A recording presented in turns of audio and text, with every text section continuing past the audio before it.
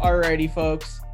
This one coming from A to Z Sports KansasCity.com, proving why the Chiefs would win the Super Bowl in a rematch. Isis, should this article even have been published? No. Whoever wrote this, I don't know if it was Justin Churchill or Churchill, whatever his name is. I don't know if he wrote it, but this didn't need to hit the internet at all. Could they have won the Super Bowl in a rematch? Sure. I mean, that's why they say like any given Sunday, anybody can win. But I mean, if nothing changed, I didn't read this article because I wouldn't waste my time, nor would I want to give the person a click. If everything was the same, then no, the Chiefs probably don't win in a rematch. I mean, I don't think people understand how banged up their offensive line was. They lost their left tackle to an Achilles injury. He won't be playing if the game happened today. So they had to rearrange their whole offensive line, and Tampa Bay took advantage of that, and that's literally only why. The only reason why they won is because they made Pat Mahomes run around and he wasn't protected. Literally what they won.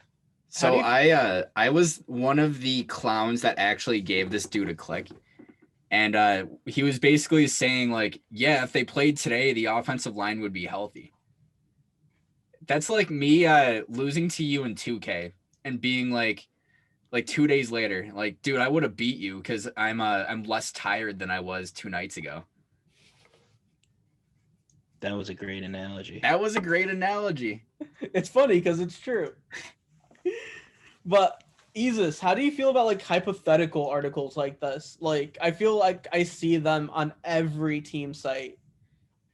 Hypothetical articles are so stupid, especially ones if you're saying like, oh, could this person go here in free agency, something like that. That makes sense. But some stupid hypothetical about a game that already happened is just there's no reason to write it. I'm guessing this was a 300-word article about why Kansas City is so good from a homer that lives and breathes Kansas City football, who most likely is probably a bandwagoner. Let's be honest. I really don't see why we're even giving it the time of day on our podcast because it's just a stupid article.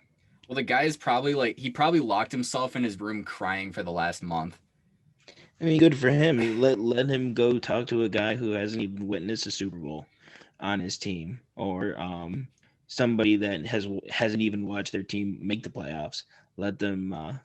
They're crying every single year. The guy witnessed a Super Bowl last year, so you lose one, you went to one, you got to enjoy a Super Bowl. Go cry, because your team in the Super Bowl. I wish my team would go to the Super Bowl. You should write you should write an analysis of how the Jets could have won the Super Bowl last year. There is no chance that the Jets would win the Super Bowl last year with the stupid moron Adam Gase on their team as the head coach. They literally had a negative 500% chance of winning the Super Bowl last year. I don't know. You saw how hard those boys were playing.